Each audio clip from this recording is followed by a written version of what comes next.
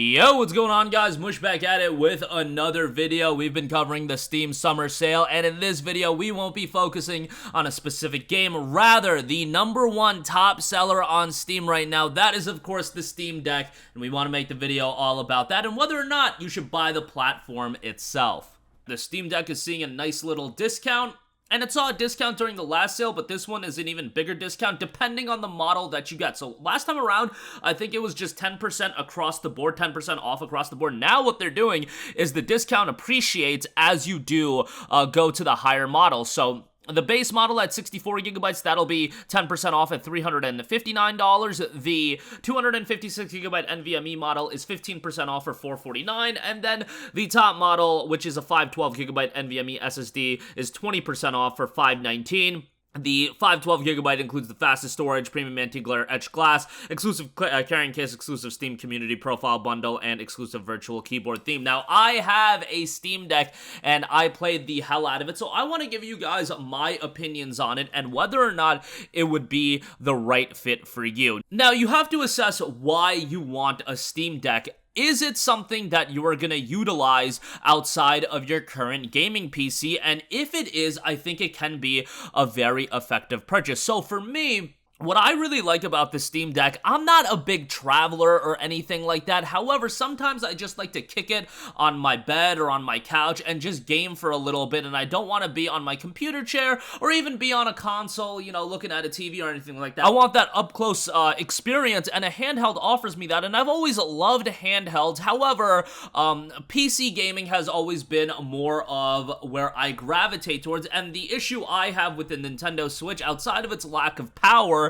is that if I want to take a game that I already own on Steam, I gotta re-buy it. That is a huge investment. So we're talking about games like Hades, available on the Switch, but I own it on Steam. Games like a lot of JRPGs, Valkyria Chronicles, Tales of Vesperia, I can go on and on. These games are all available on Steam, but I would have to re-buy them on the Nintendo Switch, and from a value standpoint, that isn't worthwhile to me. But for me, having the ability to take my entire Steam library, take advantage of Steam sales, and knowing that if I buy a game, I am not only getting that game to play on my gaming PC, no, I'm also getting it so I can play it on my Steam Deck. I think that is very effective and very powerful, and one of the main reasons why the Steam Deck has offered me so much value, because right off the bat, I buy a Steam Deck, I get my library of PC games and Steam games to go, and that gives me such an opportunity to play a lot of games. So if that's something that does interest you, if you are like, hey, I already have so many games on Steam, I just want to take them on the go, at least a sizable portion of them, this might be for you. And especially if you're like me, where maybe you're not traveling like crazy, because the Steam Deck is a beefy piece of hardware. The idea that you could just take it everywhere you go, yes, you can have a carrying case, but are you going to be the person that's carrying around a backpack all the time? Like, the Steam Deck has its limitations. It's not going to be something that's going to be something easily transportable to everywhere you go. I think for most people it is going to be more of a kick it, or you can take it to a friend's house and things like that. There's definitely portability to it. Just know the form factor of it, it is a sizable machine. But yeah, for me, from the standpoint of just carrying my library over to something that is somewhat portable, that I can take and play on my couch, on my bed, take it to a friend's house, play it over there, etc., that makes it a very advantageous purchase to me. Now, if we talk about performance, what is the Steam Deck capable of? Well, you have to remember it is a 1200 by 800 screen resolution. 800p sounds on the surface not that great. However, 800p on a small screen like the Steam Deck looks pretty good. I'm not going to say the Steam Deck has the best screen of all time. However, it's serviceable, and 800p actually looks good on that screen. And also, when you're just pushing 1200 by 800, that means games are going to be a lot easier to run. So when you have a machine like the Steam Deck, you can actually run higher end games, and they look pretty darn good. A game like Marvel Spider-Man, running that game on the Steam Deck, I am shocked at how well that game ran on the original settings, and you could play that game above 30 frames per second, and that's a playable experience. But that is what I'm saying. It's above 30 frames per second for a higher end game like that. Do not be expecting to play super high end games and get 60 frames per second. Now, if you tailor it back a little bit, a game like Tales of Arise, for example, that game runs incredibly incredibly well. Maybe not a lock 60 frames per second, but when I played that on the deck, I was getting a very comfortable frame rate, and that's what I think the deck is really great at. And you're getting games that are coming out, new games that are still incredibly designed for the deck, and the thing is, now that developers are creating games, they have the Steam Deck in mind. They can optimize this for the Steam Deck right as they're developing the game, so I expect games to really be tailored for the Steam Deck, you know, and you're seeing that more and more. You've got a game like Hogwarts Legacy that, sure, it defaults to low settings, but you're getting 30 frames per second on that game. It looks pretty good. You can play a game like that, depending on if you find 30 frames per second playable. That's why that is going to be a subjective argument that it's gonna vary from person to person. If you just find 30 frames per second unplayable, then the Steam Deck is probably gonna leave you a little bit disappointed because it's not gonna be a lock 60 on every game. That's just not feasible. But when you're talking about, a handheld device, 30 frames per second on a game like Marvel's Spider-Man, 30 frames per second on a games like Days Gone, 30 frames per second on a games like Hogwarts Legacy, and some of them are a little bit more than 30 frames per second, depending, again, on how you adjust the settings and whatnot. That's an incredible experience to have on a handheld device, and it's pretty remarkable when you see it in action. And of course, the battery life is certainly a talking point. When you're playing the higher end games, the battery life can go pretty quickly. You will have to charge it, but you can also tailor the battery consumption, and playing lower end games isn't going to make it drain the battery as quickly. But if you're looking to do, 5-hour gaming sessions on like a God of War, yeah, you're gonna have to charge it at some point and be on your way from that point. But, you can play games like God of War on Cyberpunk 2077, and what's great about it as well is you can play a lot of older games that haven't seen remasters or ports. I'll offer you something like a Final Fantasy 13 that I played on the Steam Deck. Right now I'm playing it on the ROG Ally, but, this is particularly on the Steam Deck. Final Fantasy 13, Deus Ex Human Revolution, Enslaved Odyssey to the West. I can go on and on. These games have not been ported to even the PlayStation 4 and Xbox, and they haven't been ported to the Nintendo Switch, so you're getting a high-quality experience on the Steam Deck, and those games are playable. Sometimes the older games can get a bit wonky, but for the most part, my experience with older titles have been really good. So the library that you have right out the gate, especially if you've been building a library on Steam for years and years, man, it can become a little overwhelming at first because,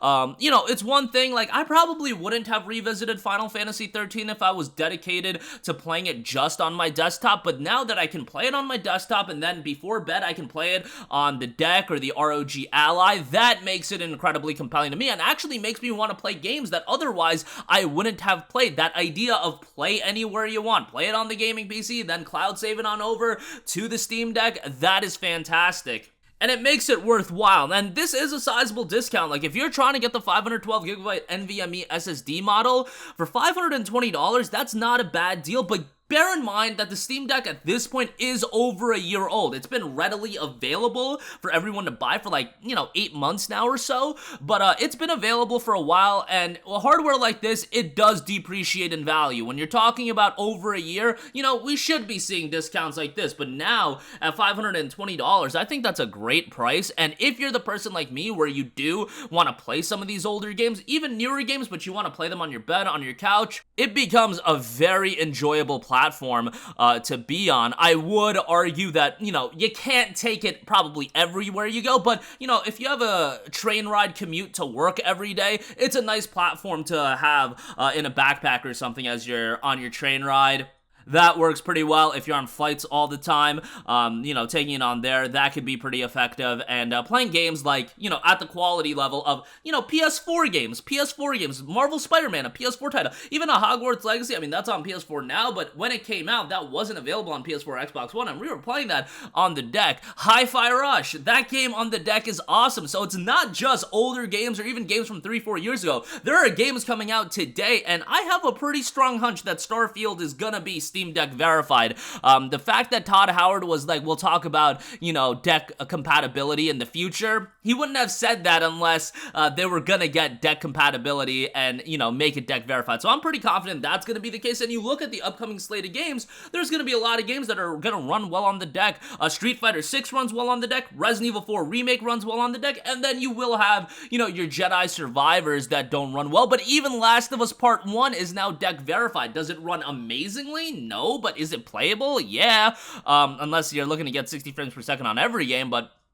Yeah, like a lot of the games coming out today, you'd be surprised that even games in 2023, the big budget titles, they run really, really well on the deck. RE4 Remake, for example, was one that I was shocked at how well that ran on the deck as well. You know, I think in the coming years, 2 to 3 years from now, you know, as you see a lot of big titles come out, like who knows how Final Fantasy 16, let's say, will run on the Steam Deck. That might be a little bit difficult, but hey, maybe they can get it working. I don't know.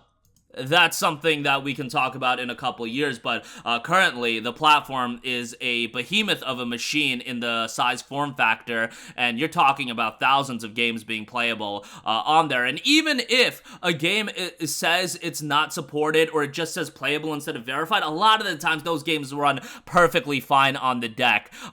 For me, I'm a big JRPG guy, and if you're like me and you're a big JRPG guy, the Steam Deck is a dream to play some of these big JRPGs on a handheld device. It's fantastic from that standpoint. Like Final Fantasy 15, you can play that on the Steam Deck. It's Steam Deck verified. That's incredible to me. But that'll do it for me. I know I got a little rambly, but I hope I was able to give my 2 cents on the Steam Deck. I think it's a tremendous platform. It's just, I don't want you guys to buy a deck if ultimately you're gonna play on it, you'll wear off of the novelty, and then you'll just game on your desktop for 95% of the time. Obviously, my gaming PC, my desktop is still, I would say, my main driver as far as all my gaming goes, but man, I spend a good deal of time on the Steam Deck, and honestly, if anything, what the Steam Deck has offered to me is now I just game more. It's not that it has really detracted away from my gaming on my PC, it's just now I'm also gaming at other times when I might have just been relaxing, you know, chilling on the couch or something, watching a show. Now I'll just have, you know, a podcast or something on, and I'll still be gaming on the deck. It just offers more opportunities for me to game, and hey, maybe that just goes to show how big of a nut life I am, but you know, those Steam hours ain't gonna climb themselves. I gotta have at least 100 hours every 2 weeks on those Steam hours, or else I ain't doing my job correctly. You know what I'm saying? But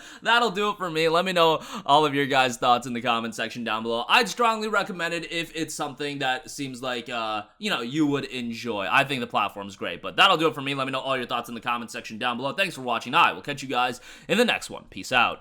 Hey, what's going on, guys? Mush here again. Hope you enjoyed the video. As you guys might know, YouTube's notification system is sometimes a little bit wonky, even if you're subscribed to the channel. Maybe you're not abundantly aware that I uploaded a video. To remedy that situation, make sure you hit the bell notification button. This way, whenever I upload a new video, and I try to upload as consistently as possible, you will be notified directly of the upload, and you can watch it as soon as it goes live. I would really appreciate if you guys hit that button so you can stay up to date with all of the content I'm posting. But as always, guys, thanks for watching, and I'll catch you guys in the next one. Peace out.